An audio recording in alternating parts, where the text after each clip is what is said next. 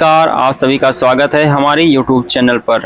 वक्फ board को लेकर बहुत बड़ी खबर आ रही है। जब से संसद के अंदर वक्फ बोर्ड कानून संशोधन विधेयक पेश किया गया, तब से देश में माहौल गर्म है। इस बिल को लेकर विपक्ष हाय तौबा मचाए हुए है। वहीं मुस्लिम समाज के कुछ वर्ग इसके समर्थन में है तो कुछ वर्ग इसके समर्थन में नहीं है। वक्फ बिल पर संयुक्त संसदीय समिति की बैठक में 3 मुस्लिम संगठनों, राष्ट्रीय मुस्लिम मंच, अखिल भारतीय सूफी सज्जादशीन परिषद एवं NGO भारत फर्स्ट ने वक्फ संशोधन विधेयक पर संयुक्त समिति के सामने अलग अलग प्रस्तुति दी है और बिल का समर्थन किया है। वक्फ बिल पर संयुक्त संसदीय समिति JPC को अब तक ईमेल के जरिए 90 लाख से अधिक सुझाव मिल चुके हैं। उसका ईमेल ID भी हैंग हो चुका है, ऐसा सूचना मिल रहा है। इस बिल पर शुक्रवार को दूसरे दिन भी बैठक हुई। JPC की बैठक में 3 मुस्लिम संगठनों ने वक्फ विधेयक का समर्थन किया हुआ है। RSS से जुड़े हुए राष्ट्रीय मुस्लिम मंच, अखिल भारतीय सूफी सज्जादशीन परिषद एवं NGO भारत फर्स्ट ने बिल का समर्थन किया।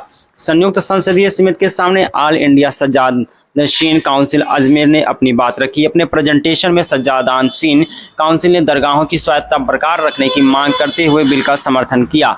मिली जानकारी के मुताबिक विपक्ष के सांसदों ने दरगाहों को मिलने वाला फंड का पूरा ब्यौरा कमेटी के सामने रखने की मांग की। संसदीय समिति के सदस्य असदुद्दीन ओवैसी ने सज्जादानशीन काउंसिल अजमेर में पुश्तैनी परंपरा को अवैध ठहराते हुए काउंसिल की अहमियत पर ही सवाल खड़ा कर दिया। समिति के सामने सज्जादानशीन काउंसिल ने अपने जवाब में स्पष्ट किया कि कोर्ट से उनके हक में फैसला आया था और उन्हें वैध ठहराया गया था। सूत्रों ने बताया, NDA और विपक्षी सदस्यों के बीच तीखी नोक-झोंक के बीच RSS से जुड़े एक संगठन और 3 मुस्लिम संगठनों ने शुक्रवार को JPC के बैठक में वक्फ कानून में प्रस्तावित समर्थनों के प्रति समर्थन जताया।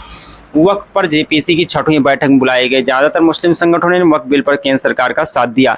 संयुक्त संसदीय समिति के सामने 3 संगठनों को अपने सुझाव रखने के लिए बुलाया गया था, जिसमें ऑल इंडिया सज्जादानशीन काउंसिल अजमेर, राष्ट्रीय मुस्लिम मंच और एक गैर सरकारी संगठन भारत फर्स्ट के लोगों ने अपनी बात समिति के सामने रखी। आज समिति के सामने पेश हुए तीनों ही मुस्लिम संगठनों ने केंद्र सरकार के बिल का महत्वपूर्ण समर्थन किया। बिल के समर्थन में इन तीनों संगठनों ने अपने तरफ से कई महत्वपूर्ण तर्क और सुझाव भी दिए। सबसे पहले अपने प्रेजेंटेशन में ऑल इंडिया सज्जादानशीन काउंसिल अजमेर ने दरगाहों की स्वायत्तता बरकरार रखने की मांग करते हुए बिल का पूर्ण रूप से समर्थन किया। सूत्रों के मुताबिक विपक्ष के सांसदों ने दरगाहों को मिलने वाले फंड का पूरा ब्यौरा कमेटी के सामने रखने की मांग की। इस पर ओवैसी ने ऐतराज जताया। दूसरे नंबर पर समिति के सामने सुझाव देने वाला संगठन मुस्लिम राष्ट्रीय मंच के एक प्रकोष्ठ सूफी शाह मलंग ने वक्फ बोर्ड को भारतीय संविधान के अनुसार बनाने का प्रस्ताव रखा। इस संगठन ने गैर मुस्लिम उम्मीदवारों की भागीदारी सुनिश्चित करने की भी मांग की। हिंदुस्तानी मुस्लिम सूफी संघ मलंग फकीर समूह ने वक्फ संशोधन विधेयक का पूर्ण रूप से समर्थन किया। मोदी सरकार की सराहना की। राष्ट्रीय मुस्लिम मंच के इस प्रस्ताव का संसदीय समिति में विपक्षी पार्टी के कुछ सदस्यों का कड़ा विरोध भी किया। विशेषकर समिति में शामिल विपक्षी दलों मुस्लिम सदस्यों ने विचार का कड़ा विरोध किया। तीसरा संगठन जिसे बैठक में आमंत्रित किया गया था वो था भारत फर्स्ट। भारत फर्स्ट एक NGO है जिसके सदस्यों ने एक प्रेजेंटेशन दिया और केंद्र सरकार द्वारा प्रस्तावित बिल का पूर्ण रूप से समर्थन किया। सूत्रों के मुताबिक भारत फर्स्ट की तरफ से 10 सदस्यीय प्रतिनिधिमंडल समिति के सामने पेश हुआ।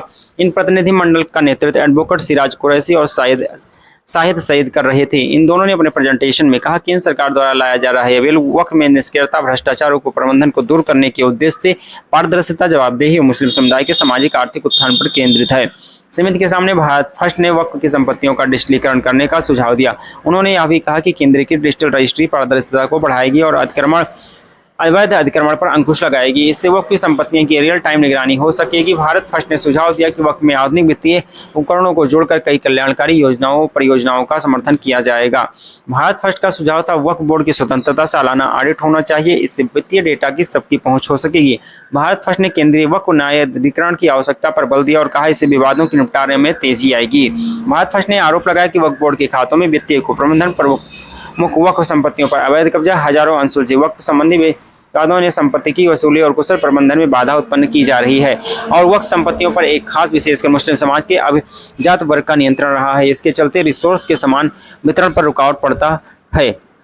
सूत्रों ने बताया, भारत फर्स्ट ने विश्व में मुस्लिम देशों के मॉडलों को अपनाने का सुझाव दिया और अपने तर्क में कहा, तुर्की, मलेशिया, सऊदी अरब जैसे देशों ने वक्फ प्रबंधन का आधुनिकीकरण किया है। इन दो देशों में वक्फ संपत्तियों को राष्ट्रीय विकास योजनाओं में एकीकृत किया गया है।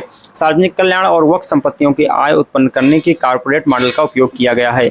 जेपीसी की छठी बैठक में वक्फ संशोधन विधेयक पर विपक्ष के कई सदस्यों ने अपना विरोध दर्ज कराया, कई बिंदु उठाए। विपक्षी सांसदों ने वक्फ बाय यूजर का मुद्दा उठाया। विपक्ष का तर्क विधेयक उपयोगकर्ता द्वारा उपभोक्त के प्रावधान को हटा देता है, जो व्यक्ति को उपयोग के आधार पर किसी संपत्ति को वक्फ करने की अनुमति देता है। विपक्षी सांसदों ने ट्रिब्यूनल उन्मूलन के मुद्दे को उठाया। बैठक में विपक्ष के सांसदों का कहना है कि वक्फ ट्रिब्यूनल को खत्म करने के खिलाफ है, जिसके पास वर्तमान में वक्फ के संबंधित विवाद पर निर्णय लेने की शक्ति है।